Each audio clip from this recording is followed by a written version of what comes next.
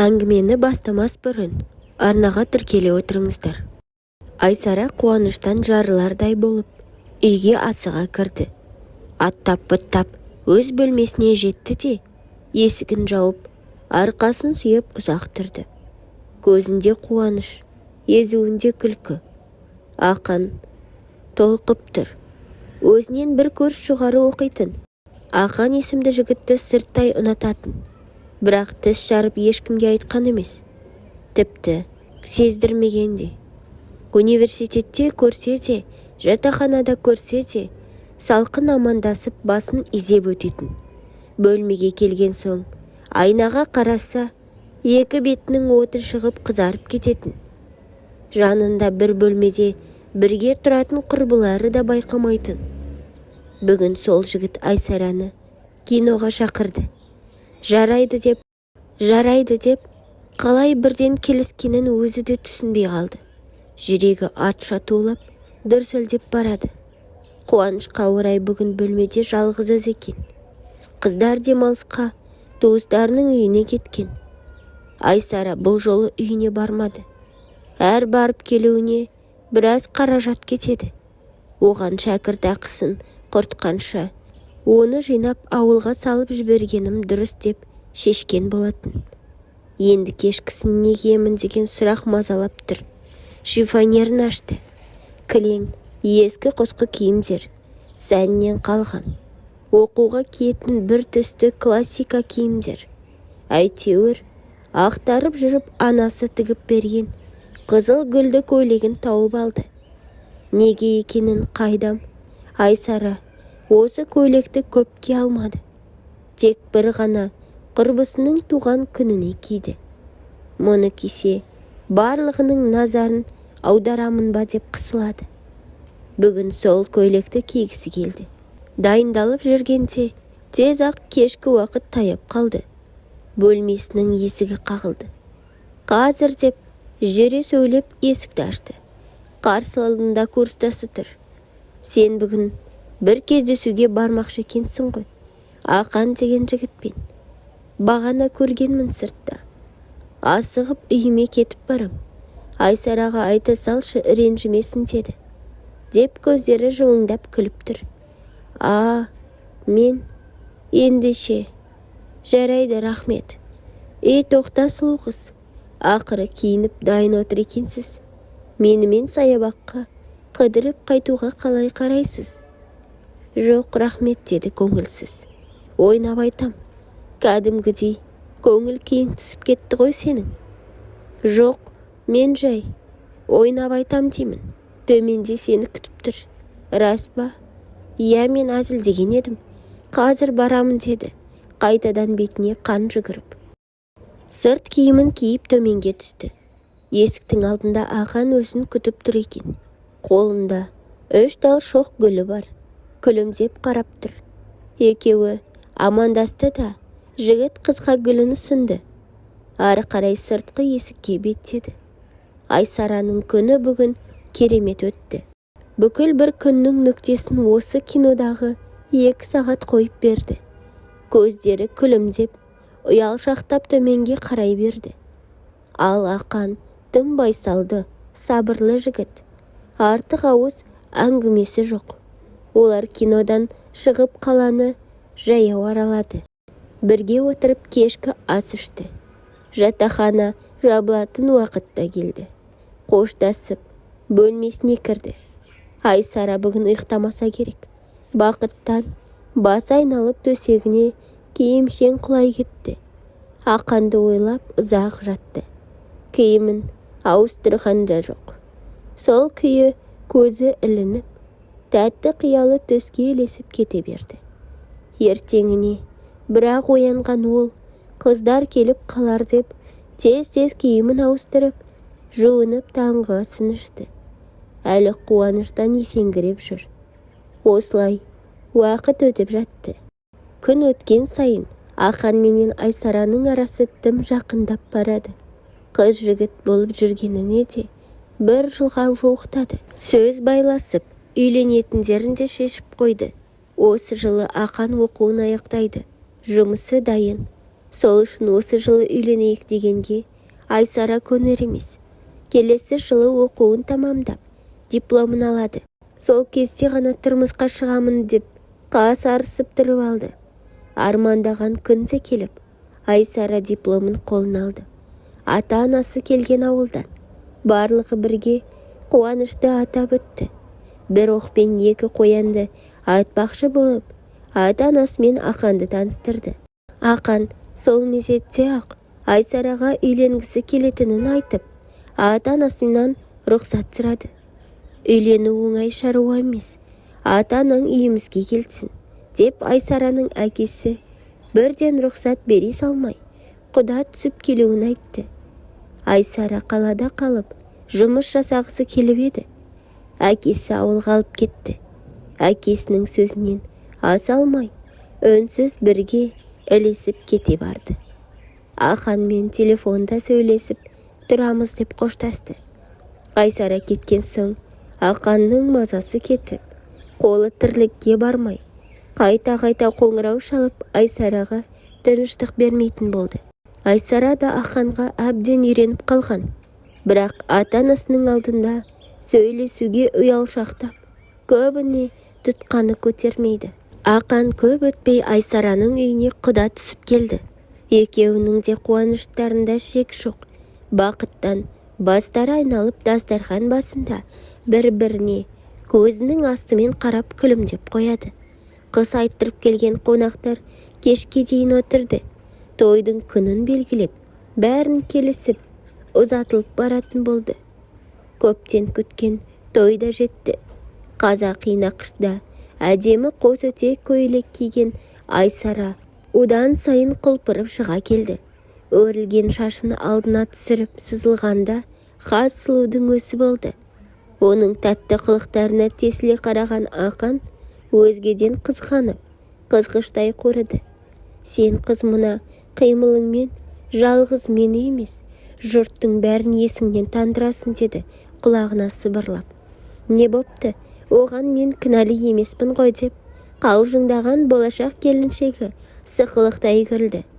Екеуінің сыбырласып тұрғанын анадайдан көріп тұрған Айсараның сіңілісі Жансұлу қастарына келді. Ойе бой, әпкем сызылып, жездем сыбырлап, не айтып жатырсыздар деді жездесінің иығына әлсіз жұдырықтап. Кел балдыз, мына әпкеңді айтамда, сонша сұлу боларсың ба деп жатырмын. Ия, сұлулықты үйіп төгіп алды, маған да қалдырса болады ғой. Жоға, сен де сұлусың, мұндай балдыз тек менде ғана бар деді Ақан күліп. Осылай әңгіме етіп тұрғанда той басталды. Дүркіреп өткен ұзату тойы Ақанның үйіне барып беташарға ұласты. Оның ертеңіне үлкен үйлену тойы белгіленген болатын. Небәрі 3 күн ішінде қызды ұзатып, алып келіп, құдалық болып, келіннің бетін ашып, үйлену тойында өткізіп алды. Шаршаулары шығып, уф деп шүкірлігін айтып демалуда. Тойдың қызықтарын айту таусылар емес. Дастархан басында да жинала қалса, тойдың қызықтарын еске түсіріп, бір күліп алады. Айсараның келіндік өмірі басталып та кетті. Жаңа үй, жаңа ортаға үйрену, сіңісе алу оңай нәрсе емес әрине. Бірақ қыз деген жар-жұрттық деп бекер айтпайды. Бой жете бастағаннан ақ олар саналы түрде үйреніседі. Меймен дайын болады. Сол үшін де Айсара көп қинала қойған жоқ. Оның үстіне, асты үстіне түсіп отырған күйеуі мен енесі бар. Көп өтпей жаңа ортаға сіңісіп, үйренісіп кетті. Ата енесін сыйлап шайын беріп, жағдайын жасап отырады. Ақан үйдің үлкені, артында тағы інілері болғандықтан, Айсара екеуі қара шаңырақта ата ененің қолында бір жылдай тұрды. Сосын Ақанның жұмысына байланысты Алматыға көшіп, бөлек шықты. Алматыға келген соң Айсара да жұмысқа тұрды. Екеулеп жұмыс жасады. Жұмыс істегеніне 5-6 ай болғанда, Айсара аяғы ауырлап, кейін декретке шықты. Көп өтпей, тәп-тәтті сүйкімді қызды өмірге әкелді. Екеуінің бақытты күндері жалғаса берді. Қыздарының тәтті иісі мен қылығына тоймай, Ақан кейде жұмысқа да барғысы келмейді. Ондай кезде Айсара сүйреп жүріп есіктен шығарады. Бол енді кешігесің, бола қойшы папасы. Сәл жатайыншы қызымның жанында. Кішкентай ғана. Кешке дейін қызымды сағынамын ғой мен деп қиылады. Кешке келгенде өзің жаның алып жатасың бопты. Ал енді жұмысыңа бар деп қуғандай қылып есіктен шығарып жібереді. Кешке асығып келіп баяғы әдетіне басады. Қызының жанына жатып алып, өзімен өзі сөйлеп жатады. Кішкентай қолдарынан ұстап сүйеді. Ақан отбасымен өте бақытты еді. Ата-анасы да келіп тұрады. Қайын жұрты да келіп тұрады. Өмірлері бір сарында өтіп жатты. Бір күні Айсара азық-түлік алуға базарға шықты. Ақанға демалыс болғандықтан қызымен бірге үйде қалатын болатын. Есіктің қоңырауы шырылдады. Ақан, Айсара екен деп кілтіңді ұмыттың ба деп күлімсіреп есікті ашып еді. Қарсы алдында балдызы тұр.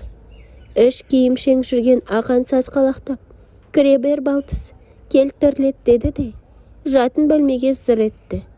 Тез-тез киініп, қонақ бөлмеге өтті.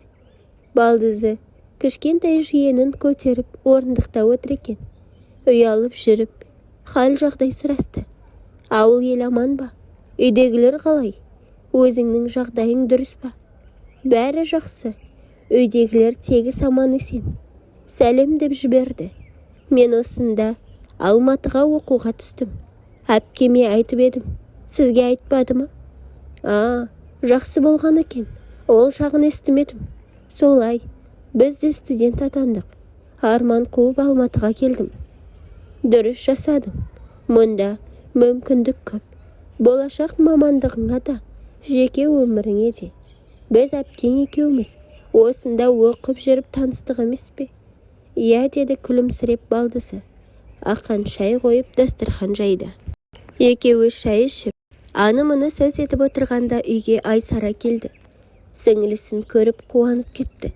Бетінен сүйіп құшақтап жіберер емес. Жаным менің бауырым, қашан келдің? Неге бүгін келетініңді ескертпедің? Жақсылап күтіп алар едім.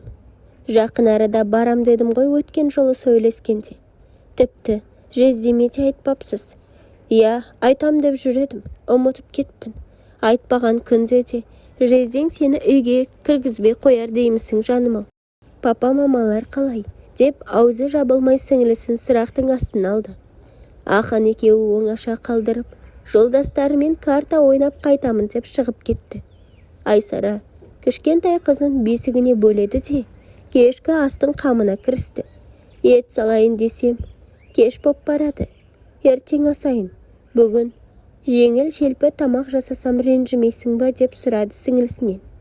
Палау істеп, Ақан келмей тұрып екеуі тамақтанып алды. Әңгімелері аяқталар емес. Тым кеш болып кеткенін білмей де қалды. Айсара сіңілісіне қонақ бөлмеге төсек салып берді де өз бөлмесіне барды. Ақан қызын құшақтаған күйі ұйықтап кетіпті. Төсекке қисайғаны сол еді. Көзі ілініп, бұлыңғыр сақымның арасынан ары қарай түске ұласып, ұйықтап кетті. Ертеңіне Ақан ерте тұрып жұмысқа кетті. Кеше кеш жатты ғой деп Айсараны оятпады. Аяғының ұшымен жүріп, жуынып, киініп, сыртқа шығып терең демалды. Апалы сіңілілер таң ата жатқандықтан түске таяу бірақ оянды. Қызын емізу үшін Айсара амал жоқ оянды. Ондай проблемасы жоқ Жансұлу болса, түк сезбей ұйықтады. Осында 2-3 күн болып универмен сөйлесуге кетті. Ақыры арманы орындалып оқуға қабылданды. Бәрінен де оған Айсара қатты қуанды. Себебі сіңілісі жанымда көмекші болатын болды. Айсара қанша өтініш жасағанымен, Жансұлу да осында тұруды іштей қалағанымен, ата-анасы қарсы болып, жатақханадан орын алды. Әпкеңнің отбасына араласпа, бөлек өз өміріңді сүр. Барып тұрасың ғой, сағынғаныңда. Бірақ жиі-жиі бара берме деп анасы тыйып тастады. Туй, мам, неге өстісіз? жалғыз сіңілім болса, жаныма жалау болатын болды деп қуанып едім. Қуанышымды артық көрдіңіз, деді телефонда Айсара анасына ренжіп. Қызым, сендерге не жақсы болса, соны айтамын мен. Ренжіме, деді өктемін мен. Әңгіме осымен аяқталды. Айсара тағы бірдеңе десе, анасынан сөз еститінін сезді. Не керек, Жансұлу жатақханада тұрды. Жатақхана аты ғана болмаса, 2 күннің бірінде Ақанның үйінде. Көбіне жиенін сылтауратып, сағындым деп келе берді. Алғашында бәрі жақсы еді. Тіпті жездесі де қуана күтіп алатын. Соңғы кездері Жансұлудың жүріс-тұрысы өзгеріп бара жатты. Оны алғаш болып байқаған жездесі еді. Көбіне екеуі есік алдына кездесіп қалады. Ақан жұмыстан келер уақытта Жансұлу да әпкесінің үйіне шығады. Сабағы түсте аяқталғанымен жатақханада әбден ұйқысын қандырып, кешке жездесінің үйге қайтатын уақытын күтеді. Кеш болар кезде сыланып сипанып, барын киіп, бетін әрлеп жатақханадан шығады. Егер ерте келіп қалса, үйге кірмей, көп қабатты үйлердің алдындағы ойын алаңындағы орындықтардың бірінде отырып күтеді. Анадай жерден жездесінің қарасын көрген соң, түк болмаған адамдай, қазір кердім, үйге кіргелі жатыр едім деп, жездесімен әңгімелесіп тұрып қалады. Басында расымен сеніп жүрген Ақан уақыт өте келе ойлана бастады. Неге үнемі мен келердей кіреді? Сабағы түсте аяқталмай ма? Түстен бері келіп әпкесіне көмектессе болады ғой. Үнемі кешке келеді. Менімен бірге кіреді. Бір түрлі екен, көрген жұрттан да қымсынатын болдық қой деп ойлады ішінен. Бірақ Айсараға айтса, шу шығып кете ма деп үндемей жүр. Болмашы нәрсені айтып жанжал тудырмайын деп үнсіз жүре берді. Осындай күндердің бірінде ол жұмыстан келе жатып тағы да балдызын көрді. Жансұлу, сабағың түсте аяқталса, неге түсте келмейсің? Әпкеңнің де тірлігіне қолғабыс болар едің. Мен жатақханада жазуларым бар ғой жезде, соларды жазамын. Дұрыс екен деп, жоғарғы қабатқа көтерілу үшін лифтке мінді. Жездесінен көз алмай, қараған балдызы әр қимылын бақылауда. Сезіп тұрған Ақан ыңғайсызданып, ары-бері бұрыла берді. Сондайда уақыт та өтпей кетеді ғой. Ыңғайсызданғаны соншалық, маңдайынан суық тер бұрқ ете қалды. Есік ашылса қашып шығардай, жыртқыш аңға ұқсап амалсыз тар қапасқа шыдап бағады. Ақан бірақ сыр білдірмеді. Біріншіден, айтқанымен Айсара оған өлсе де сенбейді деп ойлады. Екіншіден, мүмкін мен қате ойлап жүрген шығармын. Барлығы жай ғана кездей соқтық бекен деп те ойлады. Не де болса, Әліптің артын бағайын.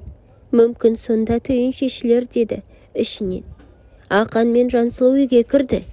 Бір қызығы, Жансұлу үйге келсе, мүлдем басқа адамға айналады. Жансұлу жездесін тіпті елемейді де, жаңа ғана сүзіле қарап күлімдеп, ерке қылықтарымен бұраңдаған Жансұлу мүлде жоқ секілді. Осыған таң қалатын Ақан бұл мәселенің бірден бір жолы Жансұлудың өзімен ашық сөйлесу деп ойлады. Ертеңіне таңертең ерте екеуі бірге шығады. Аялдамаға дейін бірге барып, ары қарай жолдары екі айырылады. Ашық сөйлесуге бармай, тағы да үнсіз қалды. Осылай күндер жалғаса берді. Ақан балдызынан алыстау жүретін болды. Тіпті көргісі де келмейді. Бір күні Ақан мен Айсара жинаған ақшаларына, өз еңбектерімен тапқан тиындарына көлік алды. Су жаңа болмаса да, жақсы жүріп тұрған жеңіл көлік. Екеуінің де қуанышында шек жоқ. Бір-екі күннен соң ауыл аймақты шақырып, Құран оқытты. Қайын жұрты да келді. Қонақтардың аяғы басылып, келім-кетім сейілгенде оф деп демалды. Ақан кешкісін қаланы аралап қайтайық деп еді. Айсара шаршап отырмын деп бармады. Есесіне Жансұлу сумаң ете қалды. Жездем қыдыртып қайтатын шығар мені, деді, күліп. Амалсыз басын изеген жездесі сыртқа шықты. Артынан еріп Жансұлу келе жатыр. Магазинге кіріп шығайыншы деді сызылып. Ақан үндемеді. Іштей балдызының қылықтары жүйкесін тоздырып келеді. Негізі Айсарада келуі керек еді. Айсара мен қызымды алып шығамын деп ойлап едім. Әпкемнің келгісі келмесе мен кінәлімін бе? Мен қинап шығармай қойғандай бұртиып келесіз ғой. Жоқ, олай емес. Жарайды, ендеше ашылып сөйлеп отырсаңызшы. Не айтам? Сенімен ашылып сөйлесу керек еді бір, деді қабағы қатулы күйде. Иә, айта беріңіз. Соңғы кезде мүлдем өзгеріп жүрсің. Мақсатың не? Мақсатым бақытты болу деді, шімірікпестен. Ендеше кім кедергі? Кедергілер көп. Мысалы әпкем. Ашып айтсаңшы, әпкеңнің не қатысы бар? Ой қойыңызшы, кеттік. Қаттырақ айдаңызшы көлікті. Түнгі қаланы қызықтайын. 2-3 көшені аралады да, Ақан ұйқым келді деп қайтуға асықты. Үйге келген соң демаламын деп бөлмесіне кіріп кетті. Жансұлу соңғы кезде әпкесін ұнатпай дұрыс сөйлемей жүргенін Айсара да байқаған. Жансұлу, шай ішеміз бе? Мен ішпеймін. Ұйқым кеп тұр. Маған серік болсаңшы. Күйеуіңізге айтсаңызшы, менде неңіз бар? Жансұлу, саған не болып жүр? Мен сөйлесем кірпідей жиырылып қалатының не осы? Мен ба? Қойыңызшы, болмайтын нәрсе айтпай. Рас қой. Баяғыдай әпке деп жанымда жүрмейсің. Менен қашасың.